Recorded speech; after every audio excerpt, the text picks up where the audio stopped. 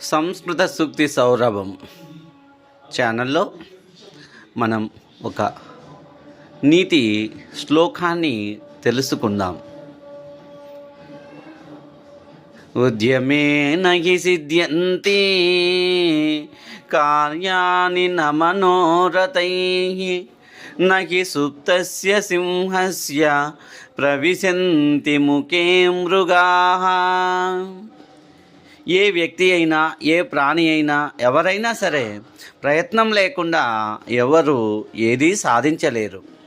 మృగరాజు అయినటువంటి సింహము కూడా వేటాడకుండా తన ఆహారాన్ని దొరికించుకోలేదు.